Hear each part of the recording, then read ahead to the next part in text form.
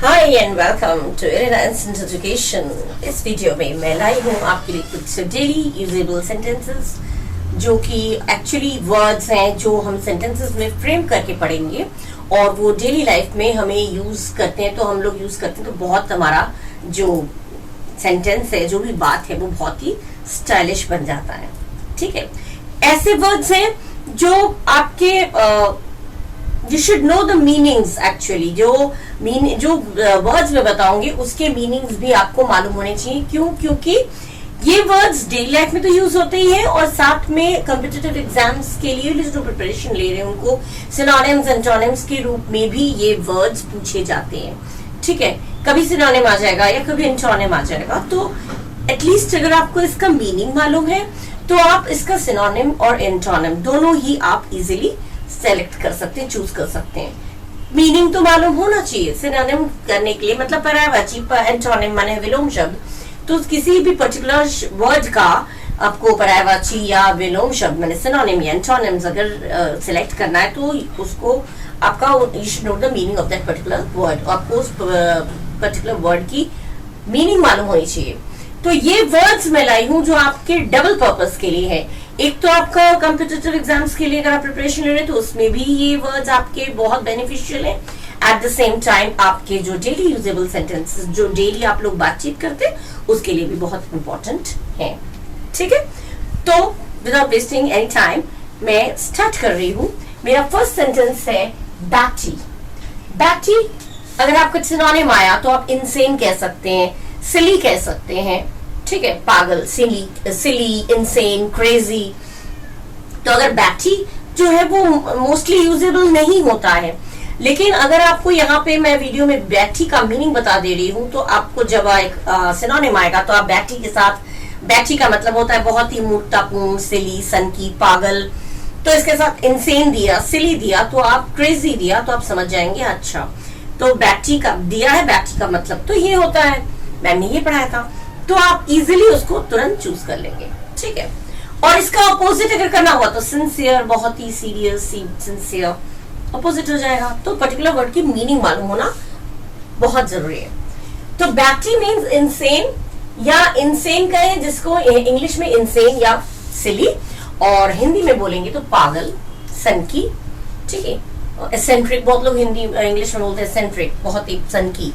तो हिंदी में भी पागल, सनकी, जो बहुत ज्यादा उसमें घुसा हुआ रहता है, हर चीज उसके बारे में सोचता रहता है। इस तरह से आप उसको यूज कर सकते हैं। एग्जाम्पल कैसे? She has gone Betty in his love. वो उसके प्यार में पागल हो गई है, सनक गई है, सनकी हो गई है। मैंने हद से ज्यादा किसी चीज को किसी चीज में एनग्रॉस्ड हो जाना, व्यस्त हो जाना, बिजी हो जाना। ठीक है, तो उसको एक तरह से सेंस में हम कह सकते हैं शी हैज गॉन बैटी, वो पागल हो गई है, सनक गई है एकदम। बैटी नेगेटिव सेंस, पॉजिटिव सेंस दोनों में ही आप यूज कर सकते हैं। ठीक है, वो इस कभी कभी गलत काम के लिए अगर पागलपन सवार है तो वो नेगेटिव सेंस में हो गया, और अच्छे काम के लिए अगर पागलपन सवार है कि मुझे जो है सरकारी जॉब चाहिए तो चाहिए, मैं एफर्ट पूरा अपना डालूंगा, लेके रहूंगा, तो ये पागलपन सवार है। किसी के प्यार में पागलपन सवार है तो वहां भी आप बैटी वर्ड यूज कर सकते हैं, जैसे कि मैंने इसमें किया। She has gone Betty in his love. वो लड़की उसके प्यार में पागल हो गई है, क्रेजी हो गई है, सेंट्रिक हो गई है, सनकी हो गई है। ठीक है, अच्छा ये हो गया आपका बैटी। ठीक है, first word batty. Second derogatory. Derogatory माने सरकास्टिक, बहुत ही क्रिटिकल, बहुत क्रिटिसाइज करना, या सरकास्टिक माने व्यंग्यात्मक, व्यंग मार के, किसी की खिल्ली उड़ा के, ताना मार के जो करते हैं वो होता है derogatory. Don't pass derogatory remarks please, no derogatory remarks please. कोई व्यंग्यात्मक टिप्पणी नहीं करेगा। ठीक है, तो ये कभी कभी इस क्लास में भी बहुत बच्चे कभी एक दूसरे की खिल्ली उड़ाते हैं, व्यंग करते हैं, खिल्ली उड़ाते हैं, सरकास्टिक रिमार्क्स पास करते हैं, तो टीचर्स डांटते हैं, कहते हैं कि नहीं, किसी की मजाक मत उड़ाओ, किसी का व्यंग मत करो, मजाक मत करो। तो डेरोगेटरी भी वर्ड्स में आपका आता है सिनोनिम एंटोनिम में। तो डबल पर्पस के लिए है, बार बार मैं रिपीट कर दे रही हूँ, इसलिए इन वर्ड्स को बहुत ध्यान से पढ़िए, ठीक है, क्योंकि मैं ऐसे वर्ड्स आप लोगों के लिए लाती हूँ जो आपका डबल पर्पस में भी हो जाए, जो डेली लाइफ में भी आपका सेंटेंस का जो स्टैंडर्ड है वो अच्छा बनाएगा, and at the same time वो आपके it will be beneficial for your competitive exams also, ठीक है।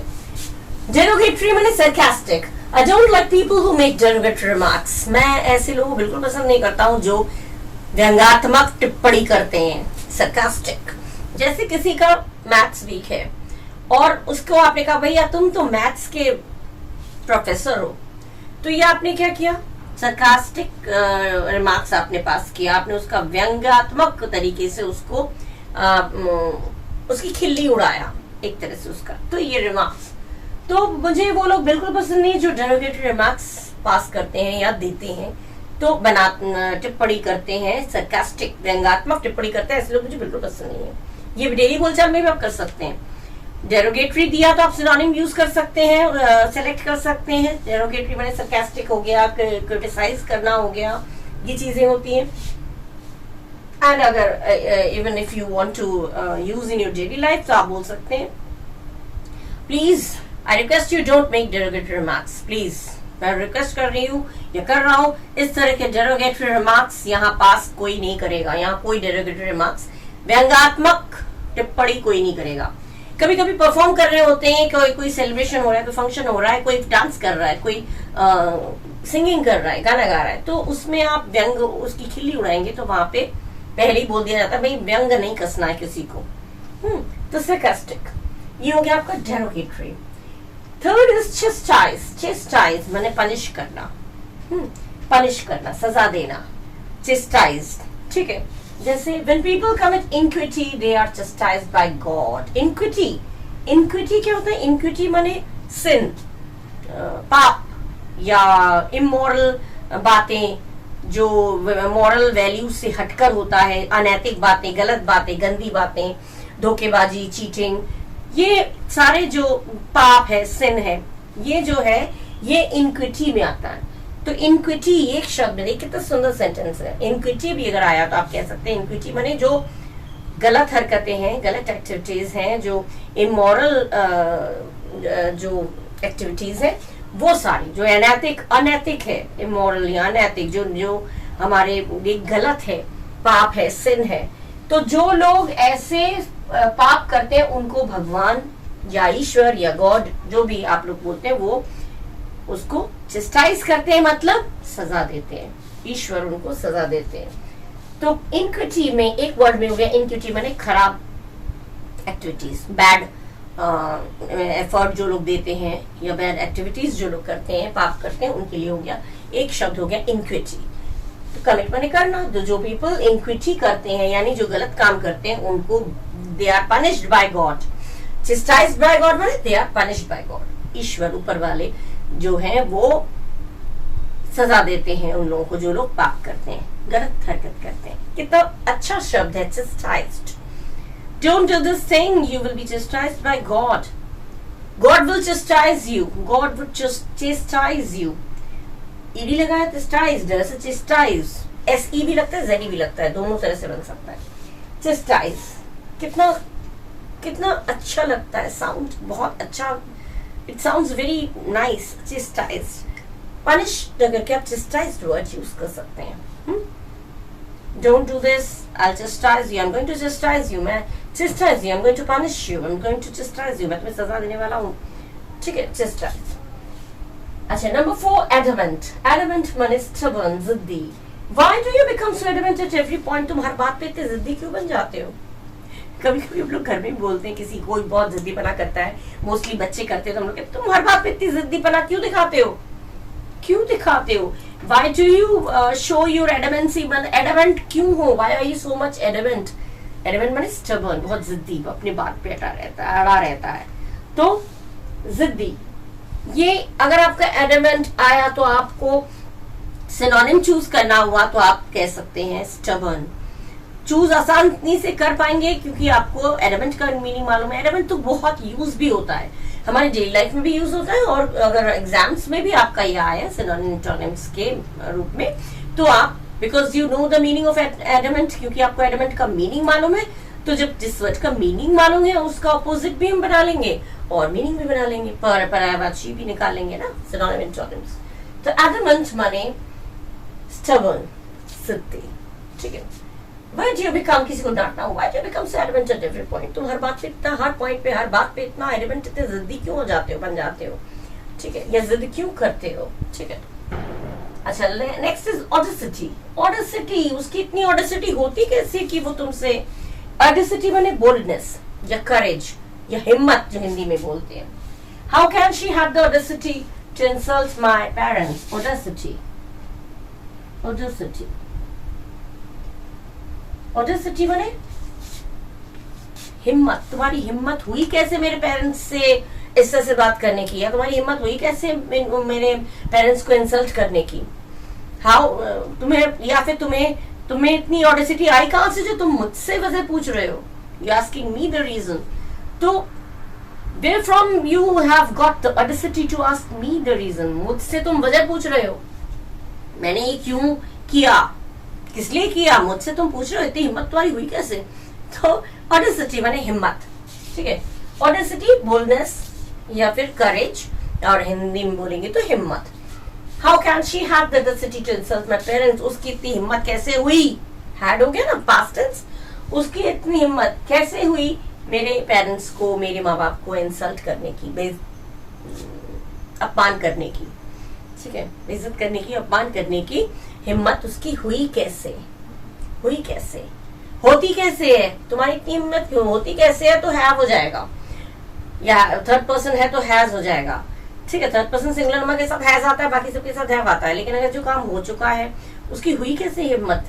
तो इस तरह से मेरे पेरेंट्स को बेइज्जत करने की या मेरे पेरेंट्स का अपमान करने की उसकी इतनी हिम्मत हुई कैसे? तो how can she have the audacity to insult my parents? कितना अच्छा लगता है, ऑडेसिटी सुनने में ही अच्छा लगता है। ऑडेसिटी माने वो क्या, आपका वो करेज, हिम्मत, ठीक है। सिनोनिम आएगा, आप इजीली कर लेंगे। ऑडेसिटी माने तो करेज होता है, बोल्डनेस होता है, तो ये आराम से सिनोनिम्स आप यूज कर सकते हैं, ठीक है। ये हो गया बैटी, derogatory, chastise, adamant and audacity, ठीक है। ये 5 वर्ड्स के अब कुछ और वर्ड्स हम लोग करेंगे कुछ ही देर में। Okay, now the next one is concede।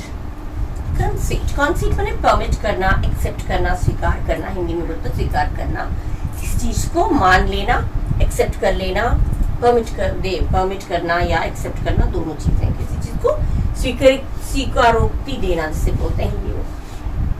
कंसीड, कंसीड का सिनोनिम आया तो परमिट, एक्सेप्ट, ये चीज आप लिख सकते हैं। कंसीड माने ही किसी चीज को एडमिट कर लेना, किसी चीज को मान लेना, ठीक है। I concede that the fault was on my part। मैं मानता हूँ, मैं एडमिट करता हूँ, मैं स्वीकार करता हूँ कि गलती मेरे से हुई, या जो गलती है वो मुझसे हुई, गलती मेरी तरफ से हुई। तो इट वॉज माई मिस्टेक भी कह सकते हैं, या फिर और स्टाइल में कहेंगे the fault was on my part. I concede that the fault was on my part. मैं इस बात को एडमिट करता हूँ कि जो गलती है वो मेरी तरफ से हुई। कभी कोई गलती करे उसको आप एडमिट करना, बहुत उसके लिए भी करेज चाहिए, है ना। गलती करने के बाद उसको एडमिट करिए कि गलती मेरे तरफ से थी। तो ऐसे में अगर आपको बोलना पड़े तो आप क्या बोलेंगे, I concede that the fault was on my part. मैं इस बात को स्वीकार करता हूँ कि गलती मुझसे हुई या मेरी तरफ से हुई, ठीक है। अच्छा, नेक्स्ट इज कॉन्ट्राडिक्ट। कॉन्ट्राडिक्ट माने डिनाई करना, बीच में टोकना भी होता है। डिनाई करना, अपोज करना, विरोध करना, जैसे हिंदी में बोलते हैं विरोध करना, ठीक है। जैसे कि No one can dare to contradict my father's decision। मेरे घर में, सबके घर में होता है, फादर के डिसीजन को कॉन्ट्राडिक्ट करना किसी की हिम्मत नहीं होती। डेयर माने हिम्मत, डेयर माने हिम्मत। तो मेरे घर में, लेकिन no one can dare to contradict my father's decision। मेरे पापा के फैसले का विरोध करने की किसी में हिम्मत नहीं है, कोई हिम्मत नहीं कर सकता। आप लोग के घर में भी फादर कोई डिसीजन लेते हैं तो आप लोग बोलते हैं भैया पापा ने डिसीजन ले लिया है, तो किसी की हिम्मत नहीं है कि उनके डिसीजन का, उनके फैसले का हम लोग अपोज करें, विरोध करें, डिनाई करें, इनकार करें, ठीक है। कंट्राडिक्ट माने इनकार करना, डिनाई करना जिसे बोलते हैं, या फिर अपोज करना, विरोध करना। किसी में हिम्मत नहीं है मेरे पापा के फैसले को अपोज करने की, किसी की हिम्मत नहीं होगी मेरे पापा को कि मेरे फैसले को डिनाई करना या फिर विरोध करना, ऑपोज करना। ठीक है, ये हो गया, कितना अच्छा लगता है contradict. Next is deride. Deride बने मॉक या टॉन्ट, ताने कसना, ताना मारना। ठीक है, मजाक उड़ाना, उपहास करना, हिंदी में बोलेंगे तो उपहास करना, मजाक उड़ाना, इंग्लिश में है तो टॉन्ट या फिर मॉक। मॉक मैंने भी खिल्ली उड़ाना, वही मजाक बनाना किसी का। तो इसको हम सेंटेंस में कैसे बता सकते हैं? We should not deride anyone's effort for a good purpose. Efforts माने कोशिश, किसी के द्वारा की हुई कोशिश को हमें जो अच्छे पर्पस के लिए हो, जो अच्छे उद्देश्य से किए हुए किसी की हुई एफर्ट को, किए हुए मेहनत को हमें टॉन्ट, ताना नहीं मारना चाहिए। कोई आपने किसी एग्जाम के लिए आपने प्रिपरेशन ली, आपने खूब मेहनत किया और फिर हो सकता है आपको उस पे सक्सेस नहीं मिला, जितना मिलना चाहिए था, जितना आपने एक्सपेक्ट किया था, उतना सक्सेस नहीं मिला, तो उसके लिए हम टॉन्ट करें अगर, यार तुमसे कुछ नहीं होगा, तुम तो हो ही ना लायक, ये चीज गलत है। तो हमें ये चीज नहीं करना चाहिए, क्योंकि वो एक अच्छे पर्पस से उसका जो एफर्ट था, उसकी जो कोशिश थी, तो वो अच्छे काम के लिए था। वो एग्जाम में सफलता पाने के लिए, सक्सेस पाने के लिए उसने मेहनत किया। तो अगर अच्छे काम के लिए कोई भी इंसान अगर मेहनत करता है अच्छे पर्पस के लिए, अच्छा उद्देश्य लेके, और फिर वो अगर विफल रह जाता है, तो उसका हमें ताना नहीं मारना चाहिए उस चीज का, उसको हमें खिल्ली नहीं उड़ाना चाहिए उसको लेकर, या उसकी खिल्ली नहीं उड़ानी चाहिए, उसका टॉन्ट नहीं मारना चाहिए, ताना नहीं मारना चाहिए। तो वही चीज उसको टॉन्ट करना या फिर मजाक उड़ाना, उसको इंग्लिश में बोलेंगे डिराइड। डिराइड तो सेंटेंस में फ्रेम करेंगे तो we should not deride anyone's efforts for a good purpose. किसी की भी कोशिश को अगर अच्छे काम के लिए किया हुआ एफर्ट है, कोशिश है, तो उसका हमें मजाक नहीं उड़ाना चाहिए, उपहास नहीं करना चाहिए। डिराइड बहुत सुंदर वर्ड है। सिनोनिम इंटोनिम में आया तो आप लिख सकते हैं डिराइड माने मॉक या टॉन्ट करना, ठीक है, खिल्ली उड़ाना। Next is body, BAWD। Body माने एरोटिक या फिर कोर्स। कोर्स माने हो गया खुरदरा, रूखा, बहुत ही बुरा व्यवहार जिसे कहते हैं ना, कोर्स, रूखा, बुरा, अश्लील, अशिष्ट, हिंदी में अगर बोले अशिष्ट, अशिष्ट, बहुत अश्लील चीजें दिखाई गई या अशिष्ट व्यवहार उसने हमारे साथ किया, बहुत रूखा व्यवहार किया। तो ये रूखा या अश्लील, अशिष्ट, इन सब चीजों को अगर हम इंग्लिश में बोलेंगे तो उसको क्या बोलेंगे? बॉडी, BAWD में बॉडी। इंग्लिश में सिनोनिम आया, आप कह सकते हैं एरोटिक, ठीक है, एरोटिक या फिर कोर्स। एक होता है COURSE कोर्स, वो आपका सिलेबस वाला कोर्स है, पाठ्यक्रम, और एक होता है COARSE जो कि होता है खुरदरा, रूखा, ठीक है। तो बॉडी के सेंटेंस हम क्या बोलेंगे? There was no part of body fun in this movie। Body fun माने अश्लील मजाक, फन माने मजाक, मजाक करना, मूवी माने तो पता ही है आप लोगों को, मूवी आप लोग देखते हैं, मूवी माने हो गया पिक्चर जो आप लोग देखते हैं। तो इसको अगर हमें कहना है कि इस पिक्चर में कोई भी अश्लील मजाक नहीं था, अशिष्ट मजाक, अश्लील मजाक नहीं था। मजाक तो था, कुछ मजाक होते हैं जो लोगों को अच्छा लगता है, लेकिन कुछ मजाक होते हैं जो बहुत ही अश्लील दिखाया गया है, अश्लील तरीके से, गंदे तरीके से दिखाया गया। तो अगर हमें कहना पड़े कि इस मूवी में कोई अश्लील मजाक नहीं दिया गया, तो हम अश्लील मजाक को हिंदी में बोलेंगे तो बहुत खराब लगेगा, सुनने में ही बड़ा ऑकवर्ड लगता है। लेकिन अगर एरोटिक बोलेंगे या फिर हम उसको और अच्छी तरह से बॉडी बोलेंगे, BAWD में बॉडी, तो बॉडी भी जो है एक ऐसा वर्ड है जो आप कह सकते हैं अश्लील या अशिष्ट के लिए यूज किया जाता है। तो no part of body fun in this movie, मतलब इस मूवी में कोई भी हिस्सा ऐसा नहीं था, कोई भी पोर्शन ऐसा नहीं था फिल्म में जिसमें अश्लील मजाक किया गया हो, ठीक है। कितना सुंदर वर्ड है। और एरोटिक, बॉडी का जो सिनोनिम आया तो एरोटिक लिख सकते हैं, एरोटिक या कोर्स, ठीक है। Last is efface. इफेस माने डिस्ट्रॉय, ऑब्लिटरेट, डिस्ट्रॉय करना, ऑब्लिटरेट करना या नष्ट कर देना या नामो निशान मिटा देना, तोड़ देना, कुछ भी आ सकता है, ठीक है। बहुत सारे वर्ड्स होते हैं, मैंने इसमें दो ही लिखे, तोड़ देना होता है, डिस्ट्रॉय कर देना, बर्बाद कर देना, तो या नामो निशान हटा देना, ठीक है, कि ऐसा कुछ था उसका नामो निशान मिटा देना, तो उसको हम बोलेंगे इफेस, एकदम हटा दिया, एकदम गायब कर दिया, वैनिश कर दिया, इफेस, ठीक है। कभी कभी बिल्डिंग अर्थक्वेक होती है, जब कहीं कहीं पे भूकंप आता है, तो वहां पे कोई बिल्डिंग था या कोई इमारत थी वहां पे, ऐसा कुछ नामो निशान भी नहीं रहता, एकदम प्लेन मैदान हो जाता है। तो ठीक है, और अगर नो इफेस बोला मतलब ऐसा कोई चीज नहीं है जो गायब हुआ हो, उल्टा हो जाएगा ना उसका। The memories we got at your party will never efface from our minds. जो मेमोरीज, जो यादें हमने तुम्हारी पार्टी में पाया है, जो मिला है, वो कभी भी हमारे दिमाग से इफेस नहीं होगा, कभी भी हमारे दिमाग से गायब नहीं होगा, नामो निशान हटेगा नहीं, वो सारी यादें हमेशा बनी रहेंगी। विल नेवर इफेस माने कभी भी बर्बाद नहीं होगा, उसका विनाश नहीं होगा, वो हमेशा बना रहेगा। जो मेमोरीज, जो यादें तुम्हारी पार्टी में हमें मिला था, वो हम कभी भी हमारे दिमाग से इफेस नहीं होगा, मतलब गायब नहीं होगा, बर्बाद नहीं होगा, मतलब वैनिश नहीं होगा, वो हमेशा बना रहेगा, उसका नामो निशान मिट जाएगा। आज तुम्हारी पार्टी में, किसी किसी की पार्टी में हम लोग जाते हैं तो बहुत अच्छी अच्छी मेमोरीज हम लोग कलेक्ट करके लाते हैं। कुछ मेमोरीज तो होती हैं हम लोग भूल जाते हैं, और कुछ मेमोरीज ऐसी होती है जो वो याद रह जाते हैं, बहुत पहले का भी होता है, तो 10-20 साल 25 साल पुराना भी याद रहता है, हाँ उस पार्टी में ये किया था। तो वो हमारे आज जो मेमोरी हमने पाया वो हम कभी नहीं भूलेंगे, हमारे दिमाग में हमेशा बना रहेगा। तो ये हो गया आपका इफेस वर्ड। इफेस माने डिस्ट्रॉय, ऑब्लिटरेट, अगर सिनोनिम आया तो डिस्ट्रॉय, ऑब्लिटरेट ये आप लिख सकते हैं। ठीक है, कितनी इजी भी है और ये स्टाइलिश भी है। ये डेली यूज में भी आपका यूज सेंटेंस इस तरह के वर्ड्स यूज होते हैं, और आपके जो लोग एग्जाम्स के लिए प्रिपरेशन ले रहे हैं उनके भी सिनोनिम्स एंटोनिम्स में ये बहुत ही बेनिफिशियल है, इसलिए इसको लाइटली मत लीजिएगा। ये वर्ड्स बहुत अच्छे हैं और इनको ध्यान से पढ़िएगा।